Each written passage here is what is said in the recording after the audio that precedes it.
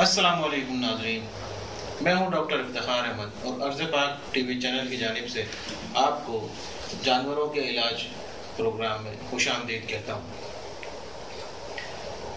नाज़रीन, जानवरों के इलाज और उनकी दवाओं में आज हम बिल्लियों से मुताल्लिक़ तीसरा प्रोग्राम रिकॉर्ड करा रहे हैं।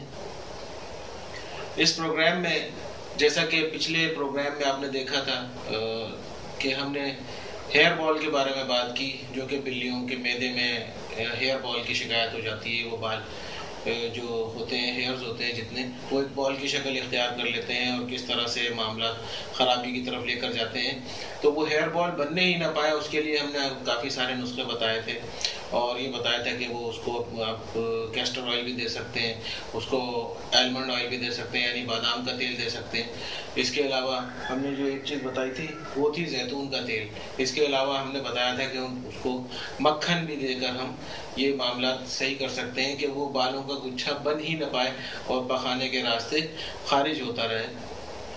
ये सारी बातें हमने की थी। एक बात आज जो हम नई करना चाह रहे हैं जिस बीमारी से मुताल्लिक़, वो बजाते खुद कोई एक ख़ास बीमारी नहीं, लेकिन कुछ बीमारियों का मजमुआ है और उसकी जो शक्ल नज़र आती है वो किस तरह से नज़र आती है ये मैं आपके सामने थोड़ा पेश करूंगा और उसके बाद फिर आपको बीमारी की वजाहत करूंगा। फिर उसके बाद मैं आपको उसके इलाज की तरफ लेके जाऊंगा कि हम किस तरह से हमारे अपने घरों के करीब जो मेडिकल स्टोर हैं वहाँ से हम दवा लेकर उनका इलाज किस तरह से कर सकते हैं और बआसानी उन्हें बेहतरी की तरफ ला सकते हैं। इसके अलावा कुछ चीज़ें मैं आपको वो भी बताऊंगा जो कि आपको वेटरनरी मेडिकल स्टोर से आसानी के साथ दस्तयाब होती हैं। जिन लोगों की दस्तरस में वेटरनरी मेडिकल स्टोर हैं वहाँ से वो दवाएँ भी मैं आपको बताऊँगा ताकि आप उन दवाओं से भी अपनी बिल्लियों का इलाज कर सकें। तो आते हैं अपने मौजू की जानिब। नाज़रीन, आपने देखा होगा कि कभी कभी बिल्लियां बड़ी ज़ोर ज़ोर से सांस ले रही होती हैं, बहुत सुस्त होती हैं और बिल्कुल मुंह लटकाए बैठी होती हैं। अगर आप उनके करीब जाएं तो भी वो कोई ज़्यादा रिस्पॉन्स नहीं देती हैं। ये चीज़ें हमें बार बार नज़र आ रही होती हैं और इससे मालिक काफ़ी हद तक परेशान होता है कि उसे समझ में नहीं आ रहा होता कि बिल्ली कमज़ोर भी हो रही है और उसकी सांस या उसके पेट में जो फूलना पिचकना है वो बहुत ज़्यादा तेज़ी के साथ हो रहा होता है और वो नज़र आ रहा होता है कि शायद इसे कोई सांस की तकलीफ़ है। इस सांस की तकलीफ़ की वजह से उसका खाना पीना भी बहुत ज़्यादा कम हो जाता है और असल में तो एक्टिविटी जब कम हो जाती है तो उसका अपने पास मालिक जब उसे अपने पास बुलाता है तो भी वो कोई रिस्पांस नहीं देती। तो सबसे ज़्यादा मालिक को फील हो रहा होता है कि इस वक्त बिल्ली बीमारी की तरफ रवां दवा है। मैं आपको बताऊं कि इन सांस की तमाम तकालीफ को हम, चाहे वो उसके फेफड़ों में इन्फेक्शन हो, चाहे सांस की नाली में कोई प्रॉब्लम हो, या फिर उसके जो हलक का जो हिस्सा है जो कि बलगमी झिल्लियों पर मुश्तमिल होता है और सांस की नाली के साथ जा रहा होता है मिलकर, तो उसके अंदर अगर छोटा मोटा इन्फेक्शन होगा तब भी ये जो सांस है वो बहुत तेज़ी के साथ बिल्ली लेगी और अगर फेफड़ों में प्रॉब्लम होगी तो भी बिल्ली बहुत तेज़ी के साथ सांस लेगी। इन सारी चीज़ों को हम सिर्फ एक नाम से जान सकते हैं और सारी चीज़ों को हम मिलाकर अगर ये कहें कि बिल्ली को निमोनिया हो गया है, आसान ज़बान में लोगों को समझाने के लिए या फिर उस चीज़ को वाज़े करने के लिए, तो शायद बेहतर होगा, क्योंकि निमोनिया खुद सांस की तकलीफ के जो भी मसाइल हैं हम उनको उसके निमोनिया में शामिल करेंगे और सांस की तकलीफ में शामिल करेंगे। मैं अभी आपको इसकी कुछ थोड़ी सी रेमेडी भी बता दूं। उसकी रेमेडी ये है कि जो आपके घर के करीब मेडिकल स्टोर है, अगर आप चाहते हैं कि ये वहाँ से इसकी रेमेडी हो जाए तो आप सबसे पहले ये नुस्खा लिखना शुरू कीजिए। अपने पास कॉपी पेंसिल रखिए और इस नुस्खे को लिखिए या फिर इसे याद कर लीजिए और मेडिकल स्टोर से ये दवा लीजिए और अपना काम कीजिए। इंशाल्लाह बहुत जल्दी बहुत ज़्यादा बेहतरी महसूस होगी। आपने करना ये है कि 1 cc की जो सिरिंज होती है वो अपने पास रखनी है। इसके अलावा आपने डेकाड्रॉन इंजेक्शन रखना है, आपने एविल इंजेक्शन रखना है और आपने डेकाड्रॉन और एविल इंजेक्शन को आपस में मिला लेना है। जब ये आप आपस में मिलाएंगे तो फिर आपने करना ये होगा कि आपने सिर्फ जो 1 cc की सिरिंज है, इसमें से आपने जब आप इन दोनों इंजेक्शन को मिला लें और उसमें भरें तो फिर 0.05 cc आपने अपनी बिल्ली को सुबह लगाना है और 0.05 cc उसे शाम को लगाना है।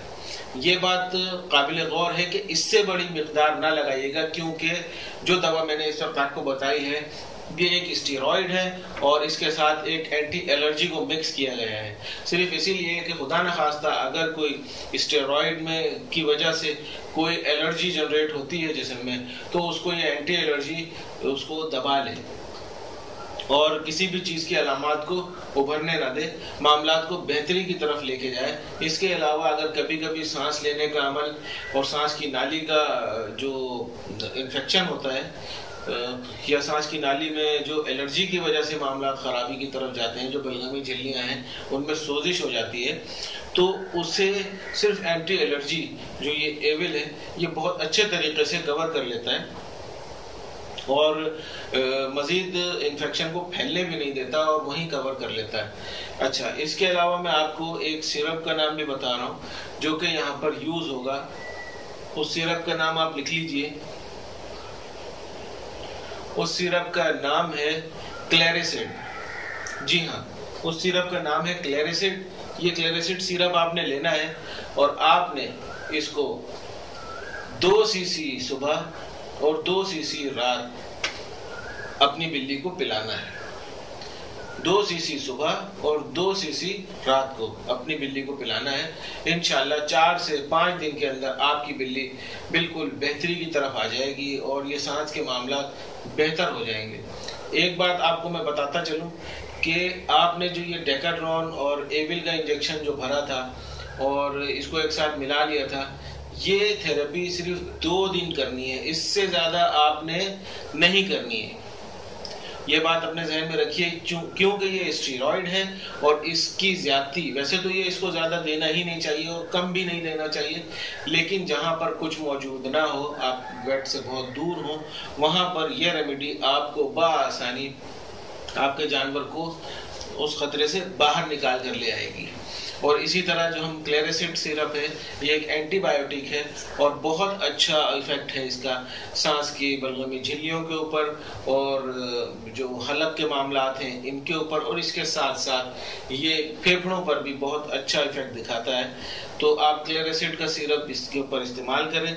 अगर बिल्ली ज़्यादा सेहतमंद है तो 2 cc के बजाय आप 3 cc भी दे सकते हैं इसे सुबह और 3 cc शाम। मेरे ख्याल में बात आपकी समझ में आ गई होगी।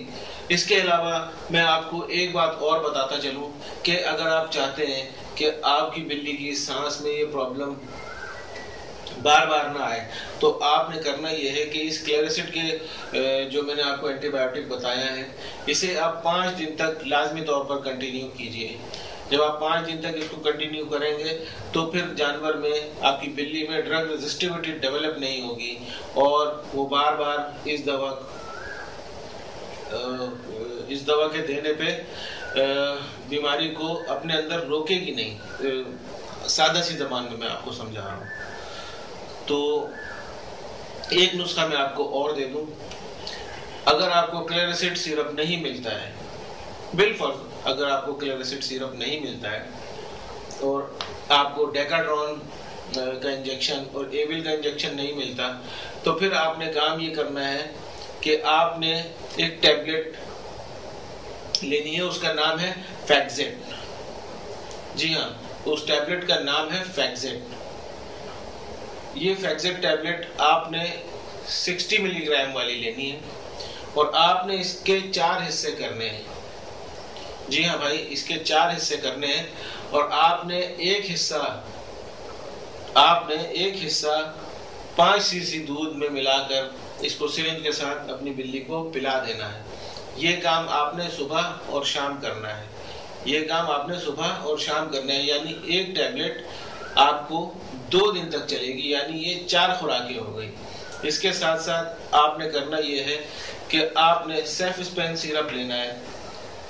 सेफस्पेन सिरप को आप इस्तेमाल करेंगे सुबह और शाम, ये मिक्स करके बनाना होता है। और उसके बाद ये एंटीबायोटिक सिरप है, इसको आपने फ्रिज के अंदर रखना होगा। ये बाहर रखेंगे तो इसकी एफिकेसी में फर्क पड़ेगा, इसकी जो अमल करने की सलाहियत है उसके ऊपर फर्क पड़ेगा और दवा कारगर साबित नहीं होगी। इसलिए आपने इसे बनाने के बाद फ्रिज के अंदर रखना है और फिर 3 सीसी सुबह और 3 सीसी रात पिलाना है।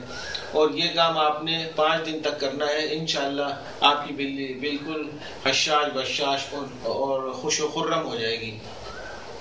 मेरे ख्याल में वीडियो तवील हो रही है, तो आज के लिए सिर्फ इतना ही। अगली वीडियो तक के लिए डॉक्टर इफ्तिखार अहमद खान को इजाज़त दीजिए।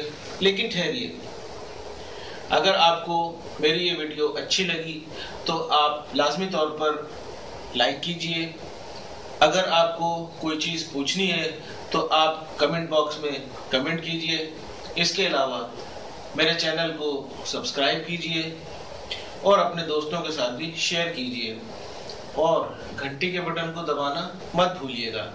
इसके अलावा हमारा नंबर स्क्रीन पर आ रहा है, इस नंबर पर आप व्हाट्सएप पे जो भी मसाइल आपको आपकी बिल्लियों के साथ जो कुछ भी मसाइल हो रहे हैं आप वॉइस मैसेज कर सकते हैं और अपना शहर और अपना इलाका, अपना नाम ज़रूर बताइएगा ताकि अगली मर्तबा जो वीडियो बनाई जाए उसमें आपके नाम के साथ आपकी बिल्ली की जो बीमारी है उसका इलाज बताया जाए ताकि दूसरे लोगों को भी फ़ायदा हो। तब तक के लिए डॉक्टर इफ्तिखार अहमद खान।